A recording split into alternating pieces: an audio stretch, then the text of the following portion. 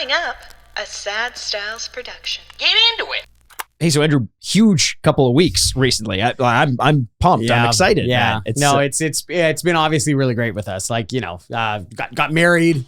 So you know, fucking yeah. Fucking what? Are you not happy for us? I am ecstatic about okay, your marriage. Yeah, your marriage. I got married to my player one. Yes, no, and that's Why what are you so surprised? No, that's what I'm not surprised, Andrew. okay. I'm excited. That's what excitement sounds like. Okay. I wasn't at all talking about the fact that there have been a ton of good video game announcements lately. Why would we even be talking about that in the shadow of your birthday? No, wedding. No. Wedding. Both of you had the birthday. No, nothing to do with birthdays at all. We got. Was there cake? There was cake, actually, unrelated. Yeah. But you know, you know what's so funny? You weren't there, and we thought it was really odd that you weren't there because when you sent in your RSVP and you said too busy watching video game announcements, I thought that was like some kind of weird joke, and I was like, we'll see him there. Don't worry. No, it was honestly like you could have got me to go, but I thought that invite was boring. I thought it was a vertical slice of the wedding that I just had nothing to do with. I thought that maybe with like a good trailer or something, you really could have got me interested. You wanted a trailer for our wedding? I wanted a trailer. Let me know who developed it, the publishers, producers, and when is it coming out? Well, it already happened. Oh, fuck. That's what the invite was for. Right, I missed it because I was too busy doing what we're going to do this week on the Retrograde Podcast as we recount all of the great game announcements from the summer of games on the Retrograde Podcast.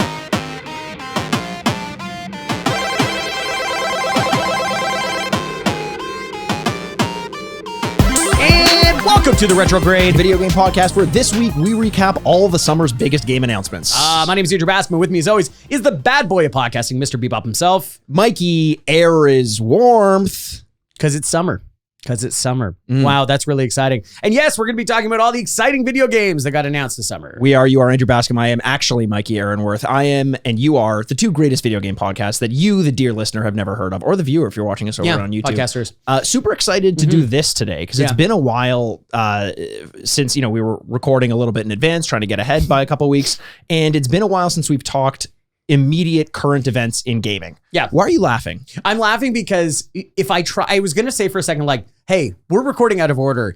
If you could figure it out, let me know. But I was going to try and explain it for a second, and I got confused by myself and just started laughing. Yeah, that's fair. There's a lot of stuff going on, guys. There's a lot of stuff going on, and we had to get ahead because, as you heard in the intro, Andrew, congratulations. Thank you. Your player one is when now your wife. When I got engaged, like a year ago or something like that, everyone was so nice to me, and now I'm going to be married, and I think people are going to say the same nice things to me. So I'm thanking people in advance. At what point do they get bored of you being married? Like, at what point are you just a married? Like, it's exciting for a while. Yeah. Not for you, although you will get bored of it eventually. I was thinking about this the other day because it's kind of like when you're in your 20s and you're with your friends, because we're all crude and it was a different time. Me Too hadn't happened yet. And we would sit around and go like... it had happened repeately. We just haven't been talking about it. It didn't involve me at all. So, like, I didn't care about it. It's like war crimes or something like that. I'm like, I don't know. You'd be like, hey, I took that girl home last night. Everyone's like, yeah, nice. All right, cool. Hell yeah. And now, like, I get to sit here and talk. I'm like, I banged my wife last night. People are like, Jesus Christ, man.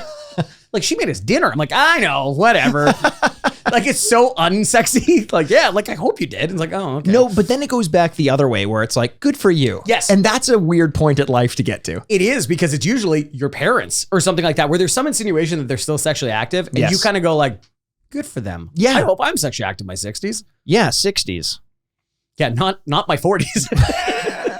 I want to skip past the 40s. Do you really? I want to take a 10-year break. I feel like that's our best years. I think so, because I feel like sensitivity has gone down. Yes. We'll be able to last as long as we want. Mm-hmm. That'll be you fun. Mean purely sexually? Yeah, purely sexually. Yeah. That's what I'm probably the about. most liberated I'll ever be because I just don't care anymore. I'm like, fuck it. Honest, I do feel that. At like, even at 30 as opposed to 20. Okay. The sense of like, it doesn't really matter what happens as much because you've survived so many things. Totally.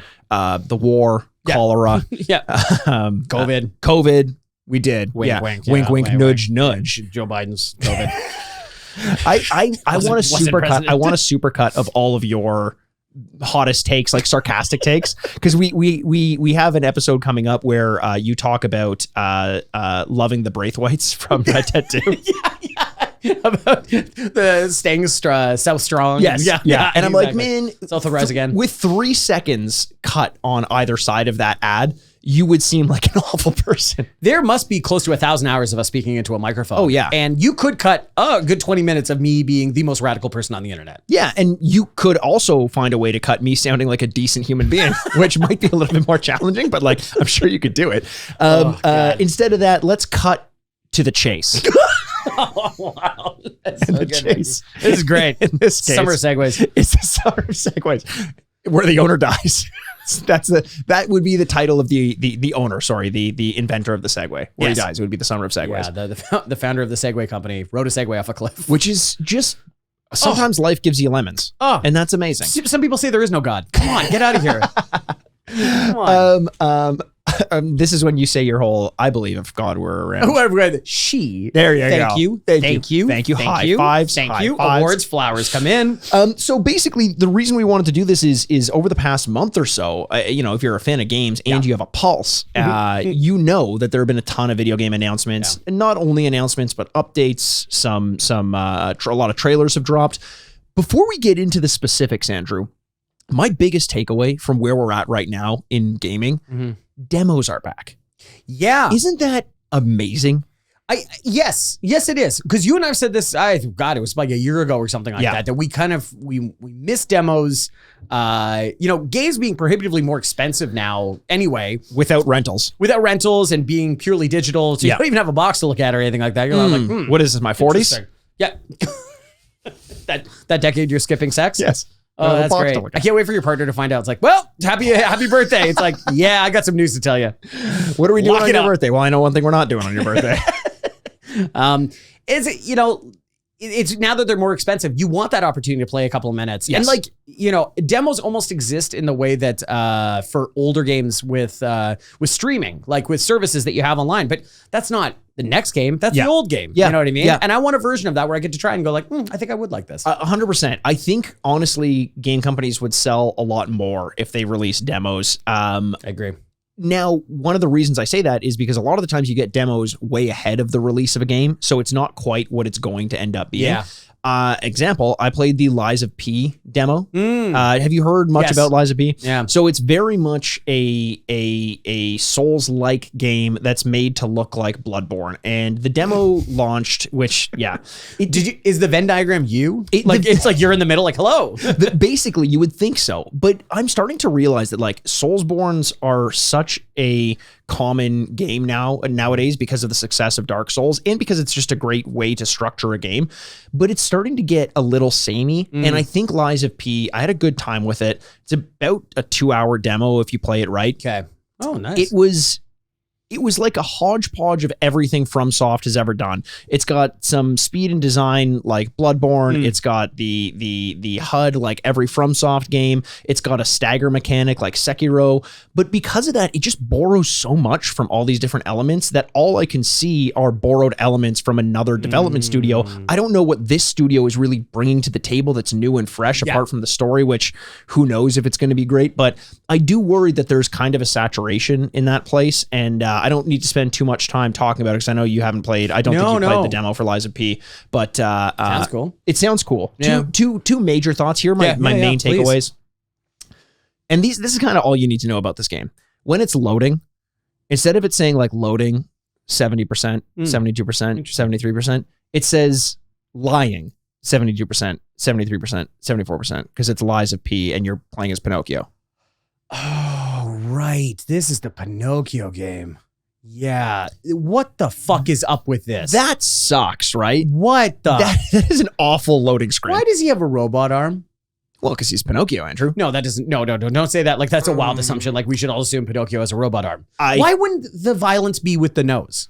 That, Andrew, would be a great idea. But I saw the trailer, and I'm so glad we're talking about the Pinocchio game. Because also, the name is insanely stupid. Lies of P? Lies of P. Yes. Get out of here. You don't even realize. They call in the game, you have something that you have to take. I can't remember exactly the context, but there is a thing that is referenced constantly, and it is called the P organ. That's a dick. Fuck off. I'm dead serious. And this is not a comedy. This is not a funny. I'm not making a joke here. Was it made by a non-English speaking studio? Possibly. Because it feels like that's a name you wouldn't have said out loud. Yeah, You know what I mean? Liza P. Like you kind of write it down.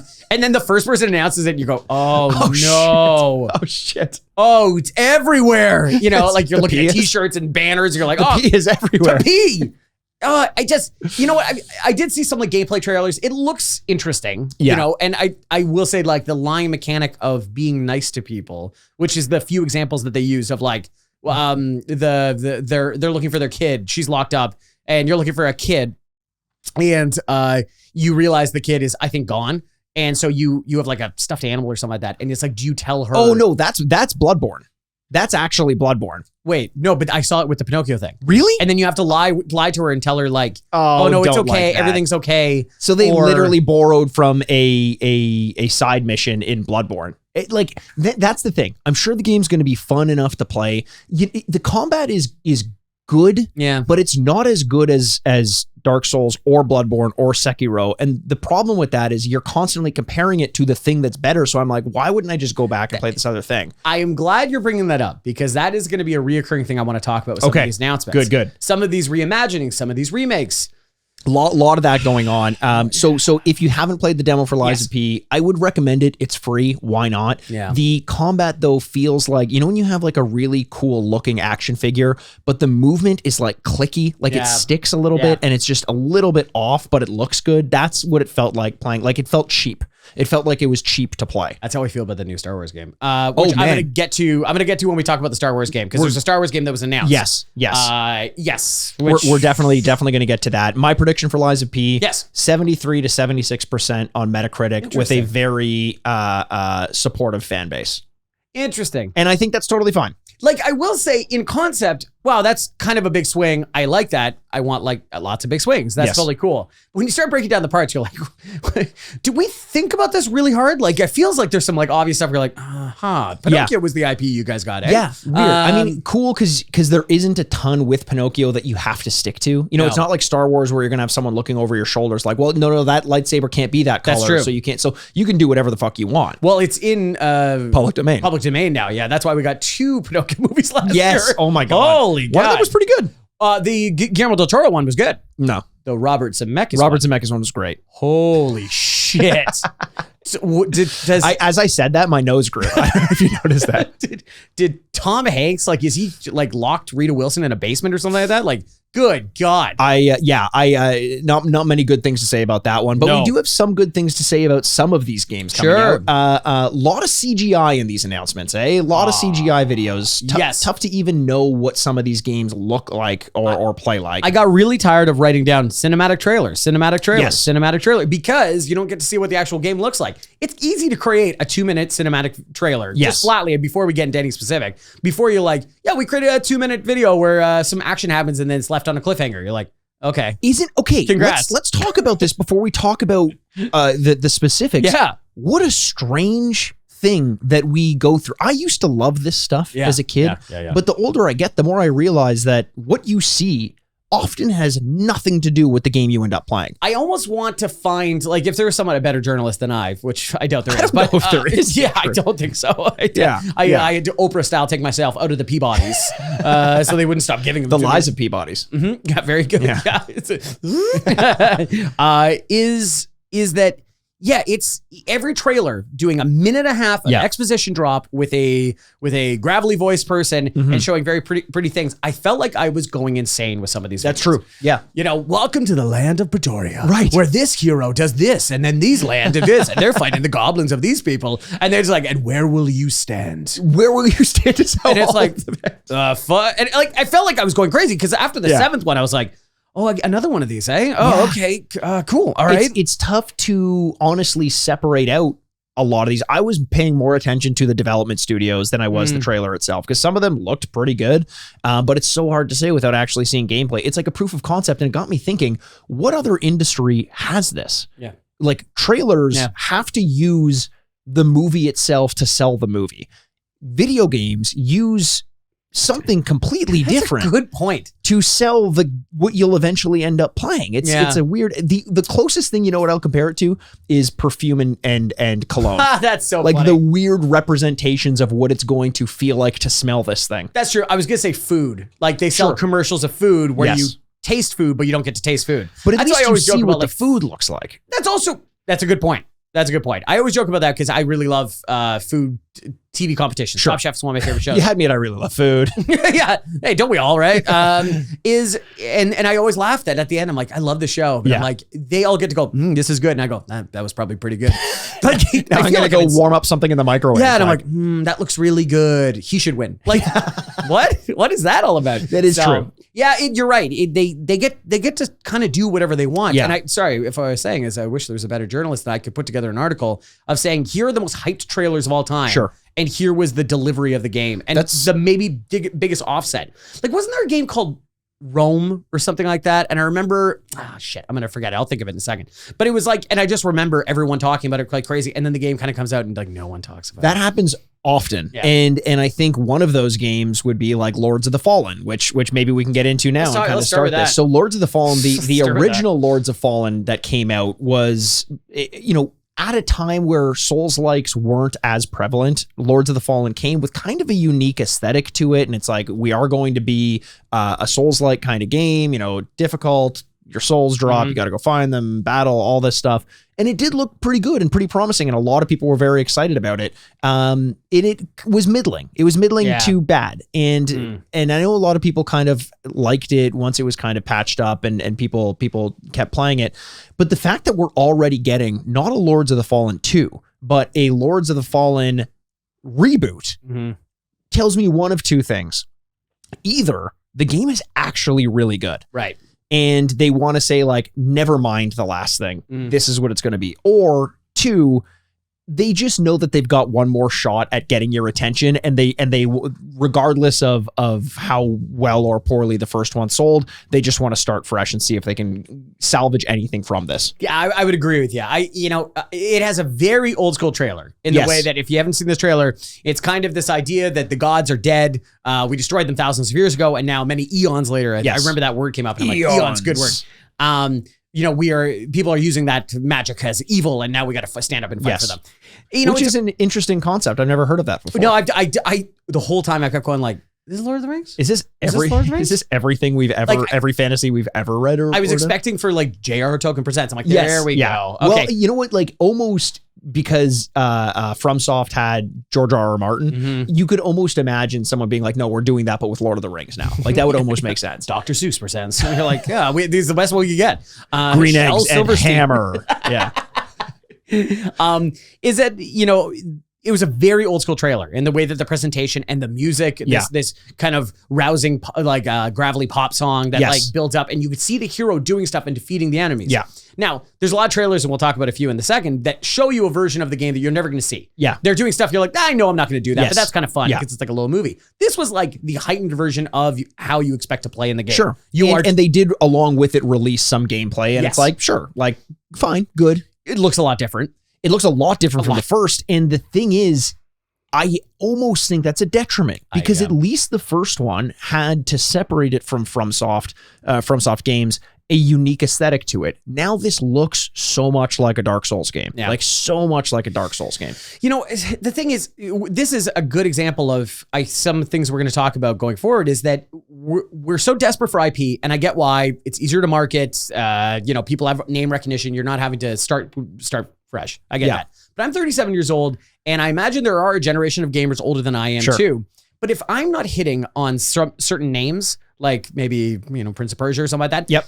What's the point in bringing back IP if half of the time you're explaining what the first one was? That's or a good point. In Lords of Fallen, trying to hide what the other one was. That's a really good point. And is it just because you've already paid for the rights and you don't have to pay a new writer to like build you a world? Like, am I being too cynical in saying that? No, possibly. Or, IP rights and copyright, which is something you're kind of familiar with, is like, if you don't use it, you're going to lose it. That's true too. And so they're like, well, is it easier just for us to put out a game that sucks, or isn't the way we want it to be instead of trying to re-sign something new? It'd be tough. It'd be tough to say. And I don't want to spend the whole episode today just talking shit about the trailers. There are a lot of things that I am excited about. Yes. But it did get me thinking, and I think you kind of struggled with the same thing where these trailers are happening over and over again, and I have all these expectations in my head about what we're going to see and the games we might see, and half the time I'm just like, okay, like okay. I'm so glad you're saying this, and like, yes, I'll go next with a game I really like, but I completely agree with you. Where I started thinking like, so is everyone really excited and I'm on the outside? Yeah. Or is this the best they've got? Maybe I just kind of kept going like, there was no, it always felt like, the famous Steve Jobs, like at the Hammer presentations where it's like, here's a bunch of stuff. And everyone's like, good. And he's like, and one more thing. And everyone's like, boom. And their brains explode. I felt like there's no one more things. You know what I mean? There's a few thing in there that will work for certain people, but just nothing made me explode. I'll talk to you about something I do like though. How about that? Okay, sure. Just one point on there before you go. So I agree with you. I think one of the problems is, and I keep saying, I'm like, don't show us a CGI trailer, show us the gameplay. The problem is, everything I said about the Lies of P, like this is a game that is still going to be tweaked and finished a little bit. If you show gameplay too early, I lose interest. And this goes back to the thing about video games being a medium where it's like, you have to sell me the game before it's finished, which is very hard to do in video games as opposed to movies, because the finishing touches often will be put on a game closer to it going gold. We've created a cycle that's completely impossible to keep up with. Totally unsustainable. It's totally, that's the word, unsustainable. Yeah. You know what I mean? I feel terrible, I feel terrible like that Gollum game. Oh my God, Which is kind of legendarily controlled right now. But they pretty much, it got released. They're like, we had to release it. Here it is. It's not finished. And you're like, and that keeps happening more and more. And you talk about the use it or lose it in IPs, and that's one thing. But like the development cycle of games right now, people keep saying is like 5 to 10 years. So in order to use it or lose it, you have to spend a ton of money and a ton of resources with a very large company to just shovel something out. So big risk, but who knows? There's only so many companies that can financially do that. Where they go, no, we're going to wait. Everyone relax. Kind of very different. You know what? Let's get to it now. Kind of like the Spider-Verse movie. Okay. Because Lord and Miller said like, we're not ready. Yeah. You need to give us 6 to 8 more months. Yes. And awesome. Thank God they did. Sure. Let's talk about Spider-Man 2. Let's talk about Spider-Man 2. The gameplay trailer, the actually cinematic trailer revealing Kraven as the villain is really exciting because I love Kraven. I remember you loving Kraven. I love Kraven. Yeah. It's such because you are kind of one, right? Yes, I'm incredibly Kraven. Yes. And I collect, weird animal body parts. It's like the Trump kids. It's like me and the Trump kids. Some tusks, some tails, a couple feet. And I also do love this like crazy logic where he is the most extreme hunter in the world. Yeah. And so he's like, I'm going to hunt Spider-Man. And you sitting at home are like, what? Yeah, okay. Sure, I guess that kind of makes sense. It's insane. But, and then they also reveal that Venom's in it. Yes. But they did say Venom is not portrayed by Eddie Brock, who has been the Venom in the comics. Right. So it makes you kind of go, I wonder who it is. I mean, is it your Miles Morales and Peter Parker? Is it the Prowler? Is it Aaron Miles? It could be a lot of people. Here's my question to you about Spider-Man. Please. And this is tough because this is just going to make me sound more cynical. And before I say this, I'll talk about how excited I am for Spider-Man 2. I fucking loved Spider-Man Miles Morales, and I can't wait for this game. Love both of them. Watching the trailer, I'm like, I don't think I needed that. I'm like, it didn't give me anything that I didn't already know I wanted. That is so funny. That is exactly my next note. Going like, ooh, pretty bold to come out just after maybe what the best version of a Spider-Man thing we've ever seen in Across the Spider-Verse. And you're like, okay, wow, get excited for next year. October this year. You're like, October this year? Yeah. Oh, this is a lot of Spider-Man. And this is coming from a guy that loves Spider-Man. Yeah. Like, oh, this is okay. That's a lot. I'm pumped for it. But I'm gonna play the shit out of it. It would be like watching a new, unless they dropped a trailer for like a new Batman Arkham game, which we're not expecting. Seeing the trailer for this, I was like, good, applaud, move to the next thing. I knew this was coming. I'm not, That's the only problem with that. Like, I almost say it as a caution. I'm like, do we need this right now? Because that's almost like my doctor talking, through me of going like, I don't know if he needs this right now. Because I'm gonna play it, buy it day one, and then a week later on this podcast, I'll be like, I finished it. It was very good. Yes, 100%. And I can't wait to be here talking about that because it's just gonna be a fucking shit fun game. But it wasn't the one where we knew this was coming. It looks great. Sure. So like, I want to give them their flowers for it, but at the same time, it's like, hey, we announced it, and now it's coming out. And you're like, great. You know what I would have loved is a little bit more of an update on their Wolverine game. That would have really impressed me. God, I'm so excited for that. That has the potential to just really shake up the superhero game genre because it's going to be a different, hopefully, I say hopefully because there is a world in which this is just another version of Arkham or Spider-Man, which are two fairly similar games as it stands in terms of the way that they play. Fighting style, combat, traversal, all that stuff. Okay. And Wolverine might be similar. I don't know how Wolverine swings or jumps through things. You know what I mean? True. Having a exclusively ground-based character should be an interesting change. It may be something like Incredible Hulk Ultimate Destruction where you can like climb buildings, but like how fast can you do a motorcycle? Motorcycle. He's famous for having a motorcycle. That'd be fun. Yeah. You mentioned, let's get to this one. And I'm curious because the way you brought it up made me feel like you weren't excited about it. Prince of Persia: The Lost Crown. You're not pumped I don't about know. this? No, I don't know. This is it. There is 3 categories. You're not alone, by the way. A lot of people were shitting on this trailer. And that's the thing is I got 3 categories of things of like, yay, excited. Yes. If you're not watching on videos, I'm very excited. I'm putting He's giving 2 thumbs up. I'm like, it's a very Borat style thing. Hey, I was going to nice. say Roger Ebert. No, but Roger, he doesn't. Oh yeah, he does have 2 thumbs. Well, not anymore. He's dead. Yeah, one of them right. has to have rotten off by yeah, now. or grave robbers. Grave robbers. Oh, that would be a great thumb down. It would be a great thumb down. It's like, I got to take his right hand. I didn't even think about that. Someone should have done that. His right hand should be in formaldehyde somewhere in the Chicago Museum, floating like one of those Futurama. Yeah, like exactly. Of their head. Yeah, Gene Siskel. Yeah. And then the left one's got to be upside down. So and that's Roper. That's no, not Roper. You always bring up Roper. What? Gene Siskel. No, but Roper's the thumbs down one. Yeah, because he sucks. He's not great. He's still so young too. It's crazy. But I don't know. They've been dead for like 10 years. Oh and yeah, he's 50, and you're like, huh. How did that happen? So there's 3 categories. It's like very excited, and then there's like I do not like this, and then the third category, which is the predominant one that I think I walked away from all these presentations, is Yeah. And this gets like I don't know. Sure. I am very hesitant of remakes, which is something we're going to talk about coming up a lot in this episode. This one feels like a chance for a remake. I get. Okay, it's a reimagining, let's say, of the versions of Prince of Persia that we knew, and kind of throwing away that 3D version of that open world kind of stuff that they did. Now, it's just my fear is, how far can this go?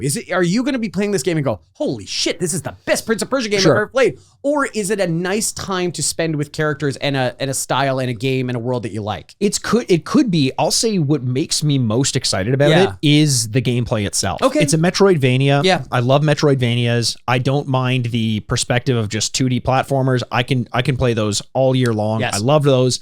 It's a return to the roots of Prince of Persia. That's how we started with it. Yeah. The one thing I don't like about it is I didn't like the character design. Yes, because that's the route that they went with Sands of Time. They made it like a little edgelordy. Yes, and now you have that mixed with the original 2D stylings, and I'm like, man, if we get another one of the like cuts through an enemy, stands up, looks back at the camera, and is like, I have daddy issues, or whatever the fuck you say. I don't know. I don't need that. Where do I buy Adderall?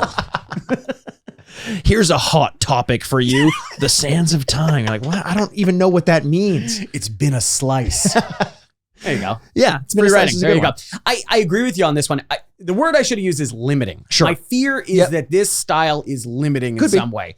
Just because, I don't know. It might be a great game. I might get wrong, but I didn't walk away buzzing. Like, there was a certain amount of people, I think, including Riley Little, former guest, was really excited for this one. I will put myself in the camp of people who are very excited about this one. All right. Well, that's good. I'm glad to hear that, because if you're okay moving off, let's do it. Because it's not that I don't like side-scrolling ones, because let's talk about Sonic Superstars. Oh my good Lord, Andrew. This gets into two thumbs up. Right fucking up. This one looks amazing. It's a good trailer because they show gameplay, but they're kind of funny about it. So they have the old Sonic, 1992 Sonic, the one from the Sega Genesis, running across the screen. Yep. And he finishes and he goes into a new world that is split half the screen.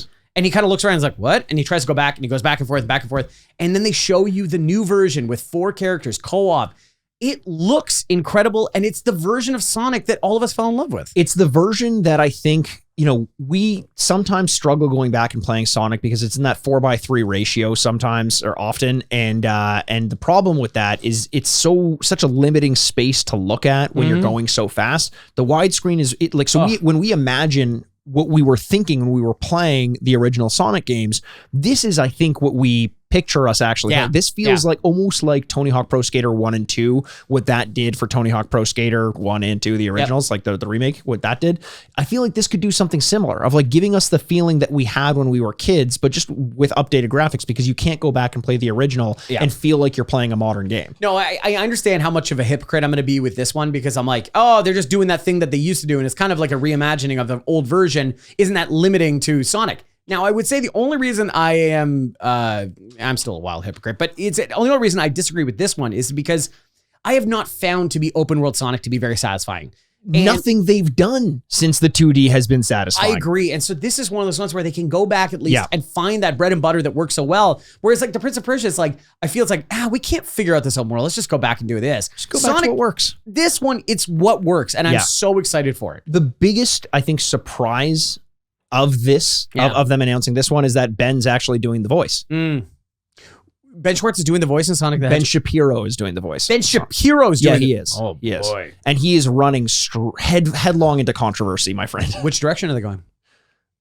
Right. That's true. Simon, it's very let's true. think about that. But he says he's not right. He's dead center. The Ben world is Shapiro just... does? He probably does. I have no... That sounds right. To the point that I was like, no way. That's always the argument that people have where they're just like, I'm not even a right-leaning person. Like, what? I just hate Bud Light. I'm going to burn down a Target. And you're like, okay. All right, I guess so. And I don't know how my wife's pussy never gets wet. What is he, in my 40s? We were talking to a beer rep. I work in bars, and we're talking to a beer rep, and they were saying like, yeah, sorry guys, Miller Lite's going to be out for a bit. I'm like, Miller Lite's going to be out for a bit? I'm like, oh, that's kind of weird. I'm like, why is that? And they're like, it's everyone's buying it because no one's buying Bud Light. And I was kind of like, you know what? I'm good. Just don't explain that. Just give me all the Bud Light you got. I'll buy what's available. How about that? Yeah. I was just like, the second he kind of looked sheepishly at me like, and I'm like, nah, it's okay. I don't want to talk about it. Let's not get it. Yes. I don't know you. I don't want to know more about you. You know what I do want to know more about? What's that? The Na'vi. And I get to experience them in Avatar Frontiers of Pandora. Okay. I'm so glad we're talking about this. So you and I have really not spoken much about this game. No. So I don't really know your impressions of it. Andrew, I cannot wait to hear. I did say, like, I think a year ago, this was on an anticipated list of mine. Yeah. Because from what we had seen from a few stills, it was really beautiful. And we were coming off of the newest movie, The Way of Water, and it had done gangbusters, and James Cameron is so involved. And visually, you can't really, like, you know, narratively stuff, you can always go like, interesting. But visual stuff, it's just like impeccable. Yeah. So you think, okay, this is going to be really good. The roller coaster I went on while watching this trailer of going, wow, that's beautiful, to squinting really hard to go, what the fuck was that? Yes. Yeah. Where it felt like there was, it chunked at times. Or something. I was like, wait. Because the second the characters tried to move into like action sequences, I was like, and then it would cut back and you're like, oh, that's beautiful. Landscapes look great. So landscapes look great, but I don't know about everything else. The players, I agree, are the same. Characters? I found myself watching this trailer and thinking like, is this game going to be really good? And like the answer is no. Yeah. But when have we ever benefited from betting against Avatar? Or betting against James Cameron. But is he involved in this? I believe he is.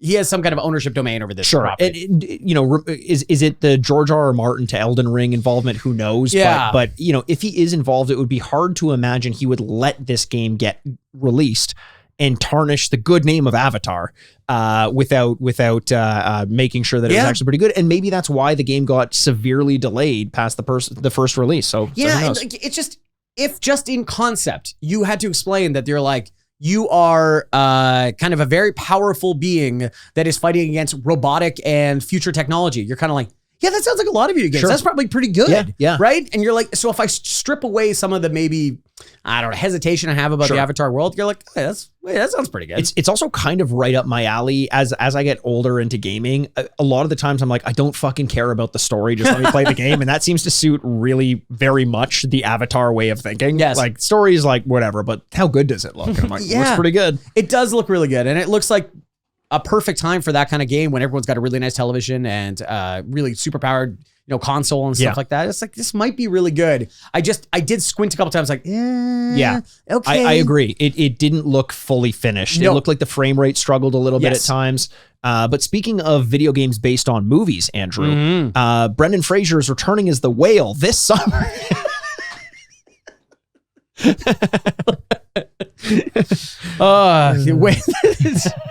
Wailing out. That would be the most boring video game of all time, or the best video game of all time. I don't know. One or the other. It's got to be one or the other. She Said or something like that. Yeah. Like just because you're in one room. I don't know. That's all I got. I didn't think much further. What about the video game The Room?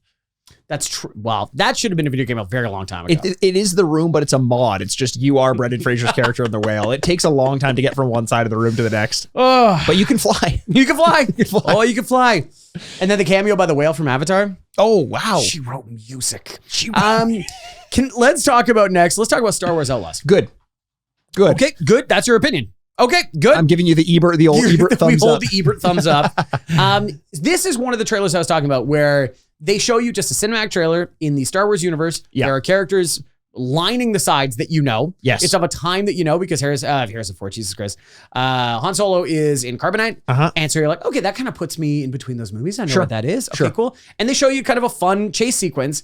And it's never any part of that going to be part of the game. Like, I was watching it going like, I understand that. That's okay. That's okay. Because I got so excited for it. And I went, God damn, this fucking universe just gets me going every time and setting me up for disappointment. I get it. But the thing that I'm really excited for that I swear could break its curse is that these video games have never figured out the Force. Right. Never figured out, like, yes. Because they haven't incorporated midichlorians. I think that's probably the issue. it. When you're creating a character, go, how many midichlorians you got? How many? That's the stats. Yeah, you pump midichlorians. Like 500, you're like, no, that's not good. That's not enough midichlorians. That's not good. Like 1 million? No, that's bad. That's the wrong answer. That's way too high. Yeah, you die. 900,000? You were getting there. But there's the threshold.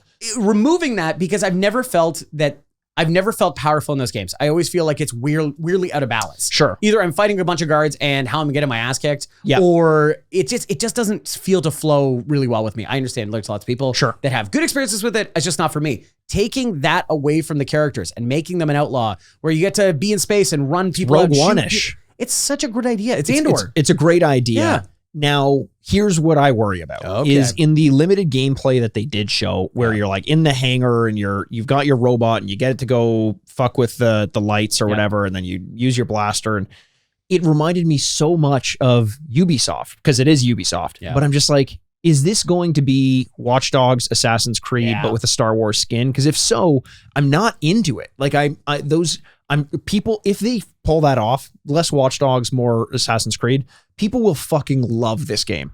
It's not for me though. Yeah. And I'm glad it's being made and I hope it's made very well, but I already know watching the trailer, I'm not going to be into it. It is very cool though that you can go from fighting to going into a bar. Like those scenes of just like walking into a bar, kind of like a dusty old cantina or something. I'm like, give me that. I don't even think I need combat. Give me that shit 100%. All day long. Also, the main character in the trailer says something that I say every time we talk about Star Wars, where it's like, there's a lot of planets in this universe, like kind of thing. And you're like, oh, good. Like you want to. Oh, that's not what you usually you say. I can't believe they cast a black person as a stormtrooper. That's what you know, canonically, that's not true. So like, yeah, it's also.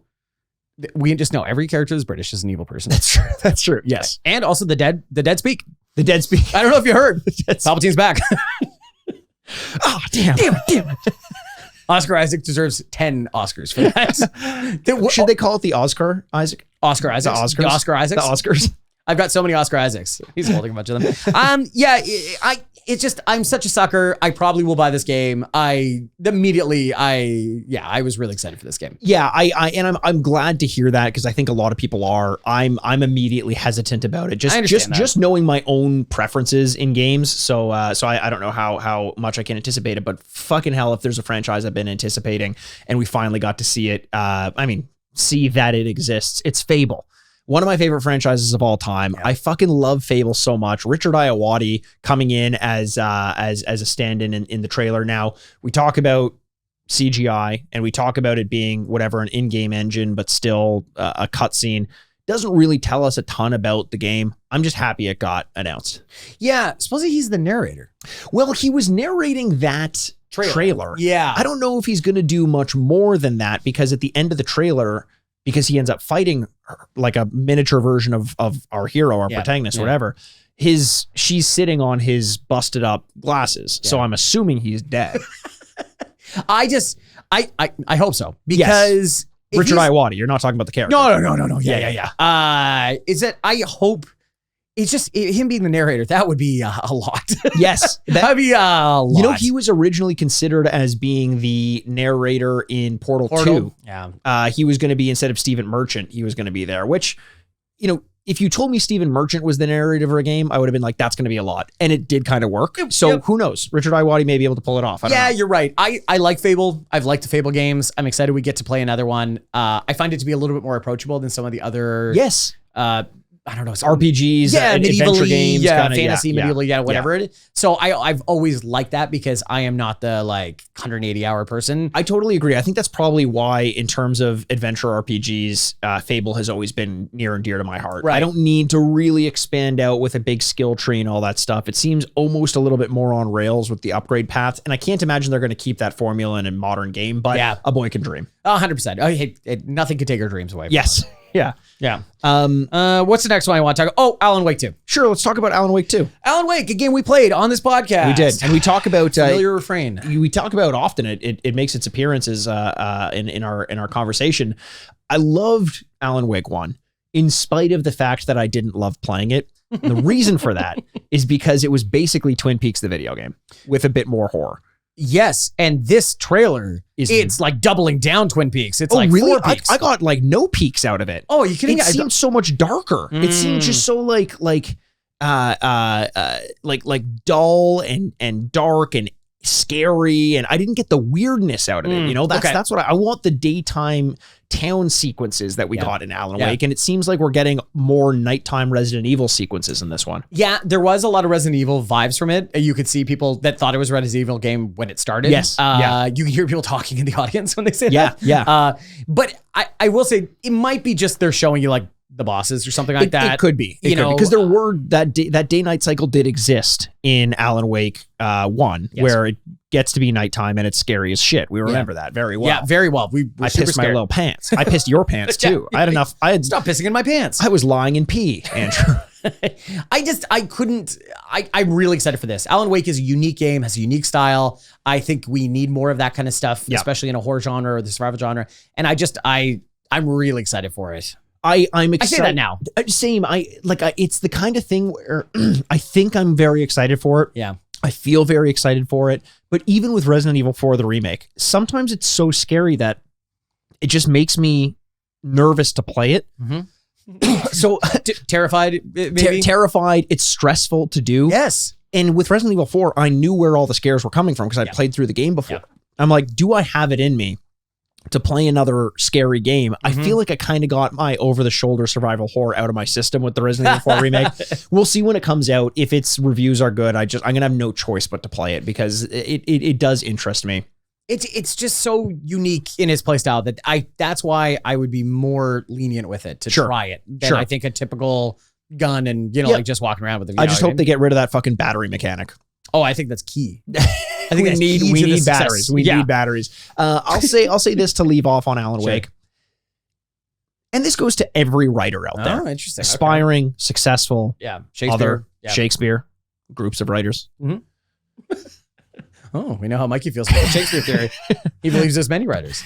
If you happen to continue finding yourself in stories of your own creation, maybe stop writing horror books. Yeah.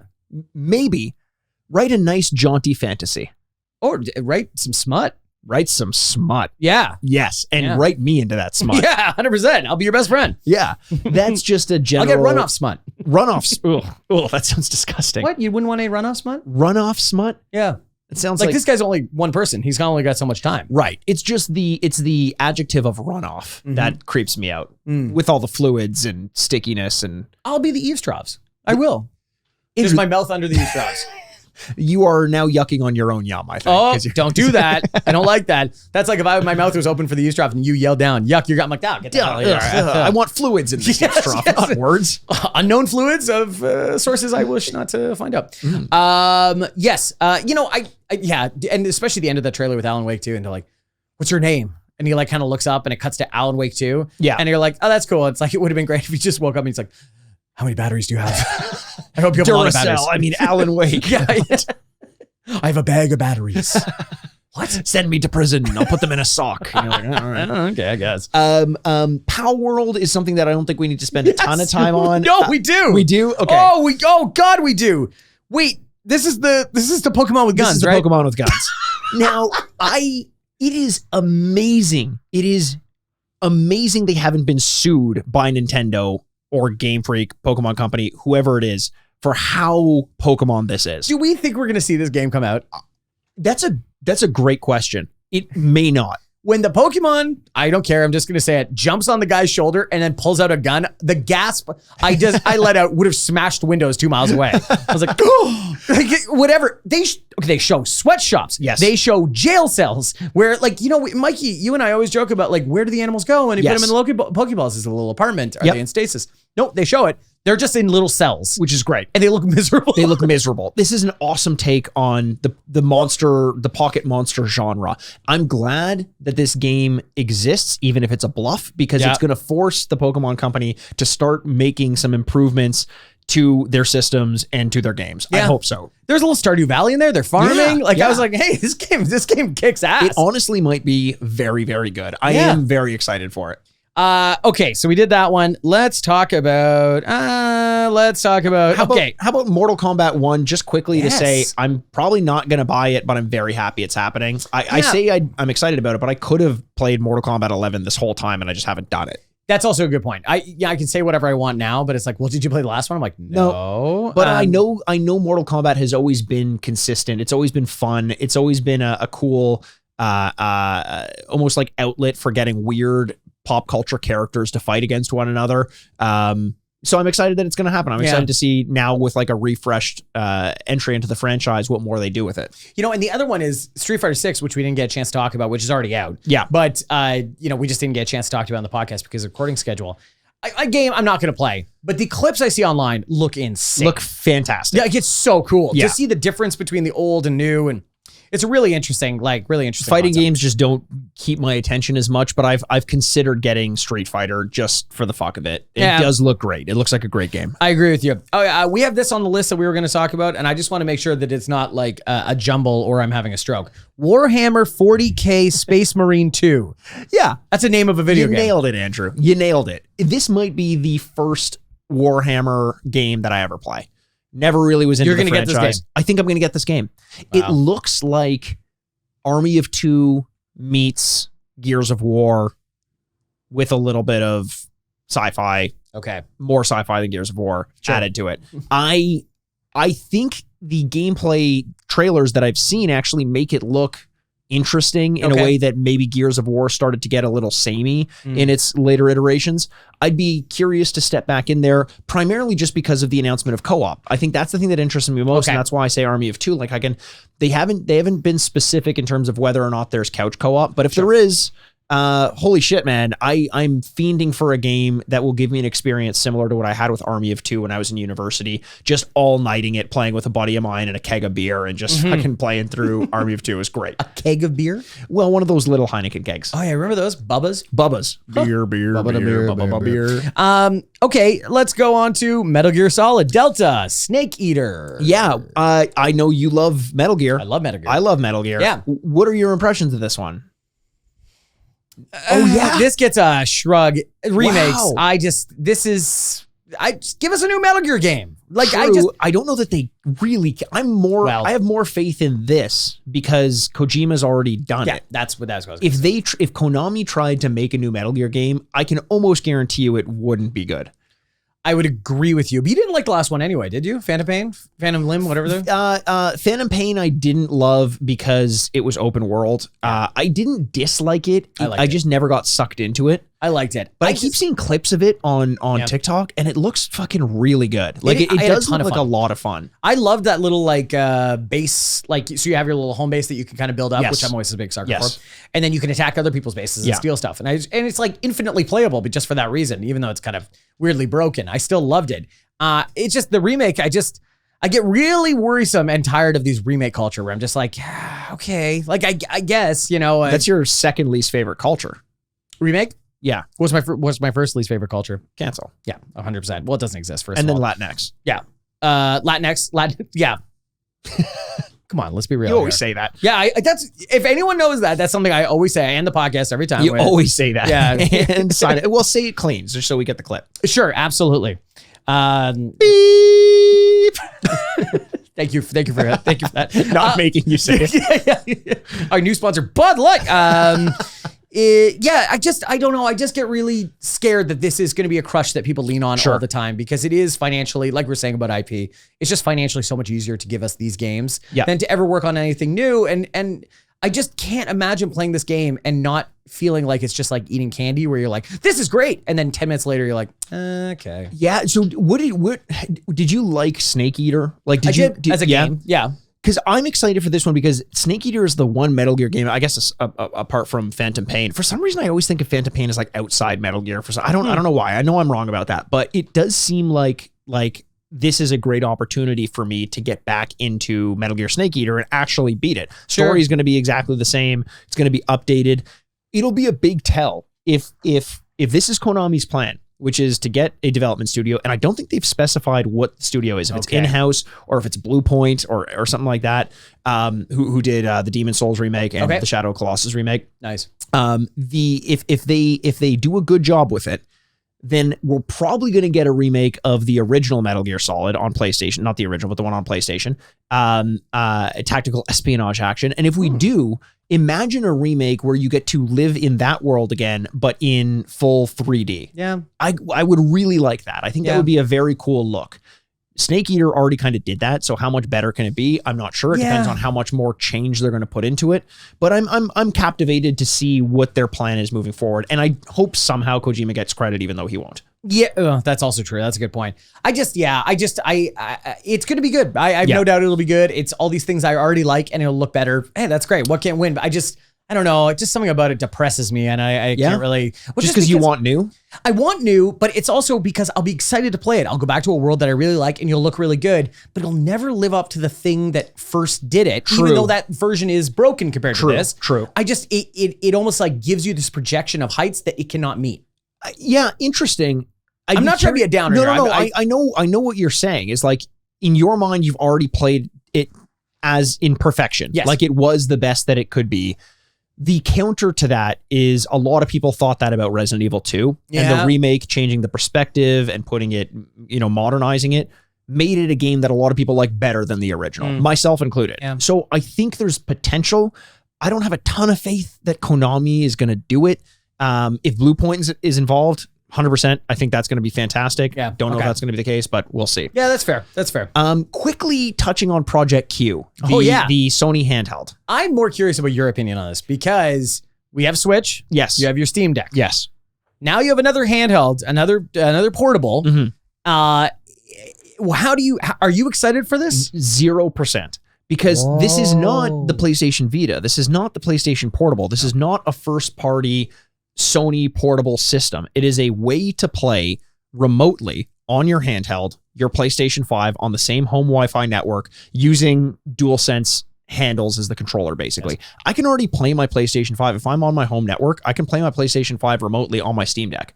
This is just their excuse to keep you within their ecosystem. Sony does make great hardware, so I'm sure it's going to be great, but how limiting do you want your handheld to be? If this can't play Game Pass, and if it can't emulate, and if it can't do X, Y, and Z, can't go, like, why would I ever buy this over a Steam Deck? They really need to figure out what they want to do with this. Kind of look alike too. They do. I mean, I guess at a certain point, a big chunky handheld is going to be a big chunky handheld. I guess so. I do like the addition of the DualSense controller as the grip. Fantastic. Just give me those as an add-on to like a phone or whatever. Like that would be amazing. They would never do that. But not excited at all for this. Okay, good. Me neither. Yeah.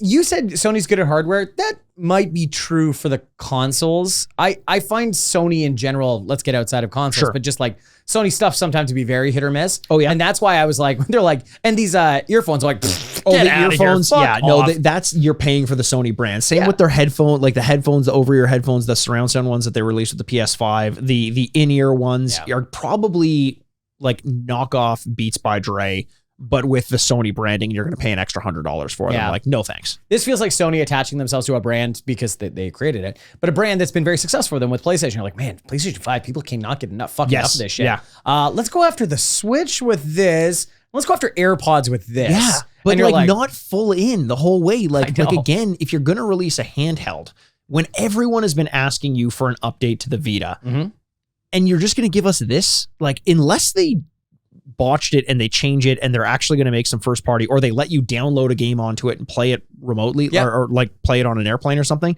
If they don't do that, why the fuck would I want? I just don't understand. Yeah, I don't really get. I don't get what the target market is. Yeah, same. Couples where you want to watch TV together, or it could be that. kids. But if that's the case, you're probably still better off getting a Steam Deck and emulate it, or playing remote play on the Steam Deck, because you can do that really easily. Yeah, no argument. Yeah, absolutely. I think let me get into this. This game I think is my most anticipated game coming up. Of anything that's been announced. Okay, I still have my favorite game we haven't talked about yet. Perfect. Do you want to do that, and then we can kind of do some just trailers, or do you have any other ones that you definitely want to talk about? No, I got like some throw off stuff that I want to talk about, but this is the game I want to talk about. Okay, so let me start then, and then you go into it. The Plucky Squire. That's exactly it. That's exactly it. I'm so happy to hear that. That is exactly it. I watched it the whole time like, yes. This game looks so fucking good. So good. This is the kind of thing where you think like, it starts off with a trailer and I'm like, okay, like whatever, sure. Seen it before.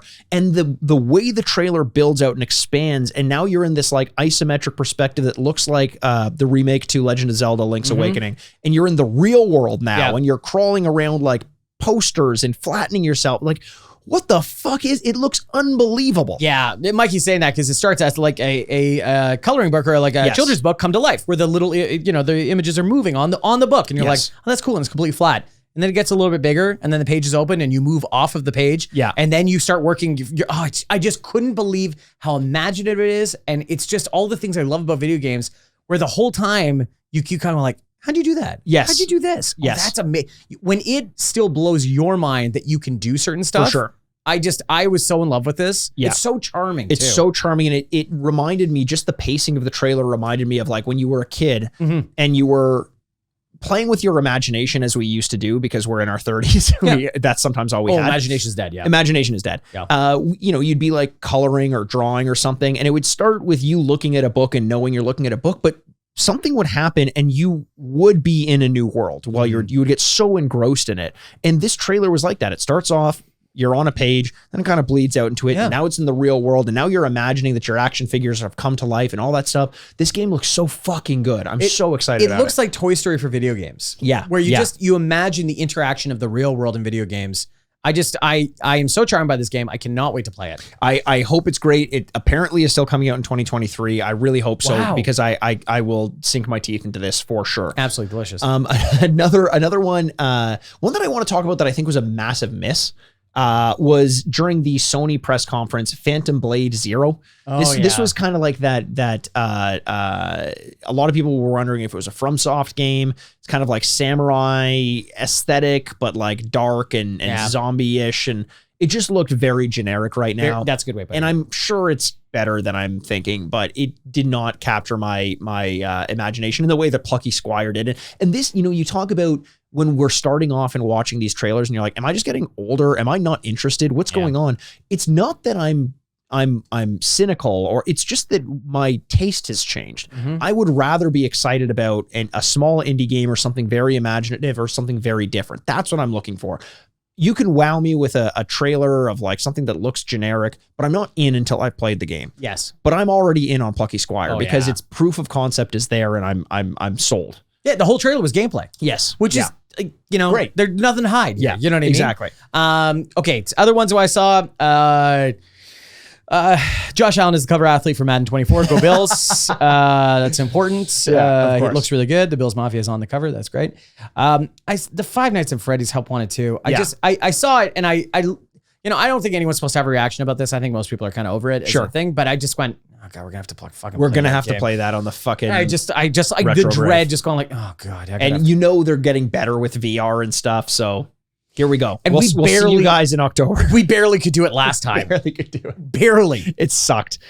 Sword of the Sea looks like Journey, but isn't. I remember the one where you were clutching your chest, and I'm like, uh-oh. I felt my heart coming out of my chest. I felt sick. Like I felt like I could pass out. It was too real for me. Just think about the views we would have gotten if you died on the podcast. Oh, it would have been so good. Sweet views. I would have been staring up from hell and just watching how great our podcast is doing. The eulogy I would have said would have brought out those numbers. Like I would have brought up, I'm like, 6 million people watched him die. It was pretty incredible. But yes, sorry, you were talking about the game, the water game? The what, sorry? The water game, the horror water game. Oh, actually, no. Yeah, the horror water game. I was saying Sword of the Sea. That's the one that looks like Journey, but isn't. It was the Pathless and Abzu, the developers of that. Could be okay. The aesthetic is borrowing so heavily from Journey, though, that I feel like I would just be thinking of Journey the whole time. Revenant Hill, I want to give a shout out to because that's the creators of Night in the Woods, and I think Night of the Woods was a game that a lot of people slept on. Fantastic, and it gets me into this concept of like these walking sims and things like that. These kind of indie games that are more like visual novels and that sort of thing. The biggest of them for me is Still Wakes the Deep. Did you watch this one? I watched the trailer. Jesus Christ, I'm so pumped for this game. It looks great because it just danced on the line of giving you what the game is, especially for a horror game. You can't give away the whole game here. Like you can't, and just enough to, it was terrifying. So here's the one thing I worry about. What I saw, I loved. What I didn't see was whether or not there's combat. And if there isn't combat, this game to me was like Firewatch meets Lovecraft. Yeah. And if it nails that, I am so excited about that. Yeah, you only see the character running away from some perspective something, you know what I mean, creature. And you're alone on an oil rig. Oil rig, yeah. And you're alone, which is perfect. You're isolated in the middle of nowhere. No one can help you. And there might be a creature that's coming after you. Probably is. Probably. It's almost like Alien-esque, which is a game I didn't like. And now that I think about it, I may not be excited for this game. Well, you really talked yourself out of that quick. I really don't want to play it. Oh, wow. And then Under the Waves also looks pretty good. It's almost like a Subnautica undersea exploration, August 29th. But Still Wakes the Deep, we have to wait till 2024 for. So that's a little disappointing. But but hey, take your time. Make it good. That's all I'm looking for. Seriously. Yeah. I'm good with it. Like, God, don't listen to the people that are like beating down the door. Yeah. Those are the people that want a good game. Those are the people that want a good game and then end up getting Gollum. Because they're rushing you. They're rushing you to release it. Oh, God, those poor Gollum people. Like even one screenshot, you're like, you thought this was I remember when they showed it initially and everyone was like, can't wait for the Gollum game. I'm like, this is going to be so bad. And I think I was right, not for the reasons I thought it was. I think it was just an unfinished game. I think there's a version of it that could be good. Maybe. Oh, really? No, not at all? I just don't know what you're excited for the Pinocchio game, but not Gollum, eh? Yeah, but that's because Pinocchio canonically has a mechanical arm, a robot arm. And kicks serious ass. Geppetto just sitting there like, Pinocchio, I love you so much. Go out there and beat the shit out of people. And he's like, you got it. There should be a scene where you headbutt someone and then you hold their head to your face and you say, I love my mom. And then it just... You lie and your nose busts through the back of their skull. I've never killed anyone and it just boom blows through the back of the guy's head. And like, just I hope this doesn't hurt. That'd be good. Yeah, that's good. When you're dead, I definitely won't bang your wife. And the eyes just sticking out in the back of his skull. Oh, God. And Geppetto just sitting there like, I made that. I made that. Yeah, just make it make no sense. He's smoking a cigarette. You're like, he's made of wood. It's like, shut up. He lights his pinky. Yeah. Also another one with a famous whale in it.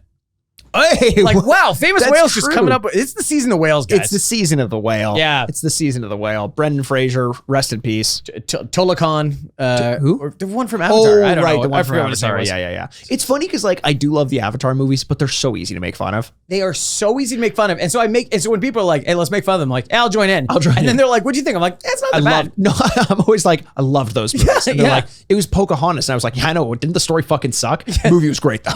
Movies are incredible. The whole time you're watching, like, oh my God, this is like a festival for the eyes. Yeah. I just, like as much as I want to make fun of them, and you can, boy, can you. Oh, boy. You know what? Also, he could direct a real movie scene. That last scene of the floating barge on the way of water. Oh, yeah. It's like unbelievable. I heard recently that James Cameron, when he was talking about Ridley Scott making Alien, and he had, I was going to say Susan Sarandon.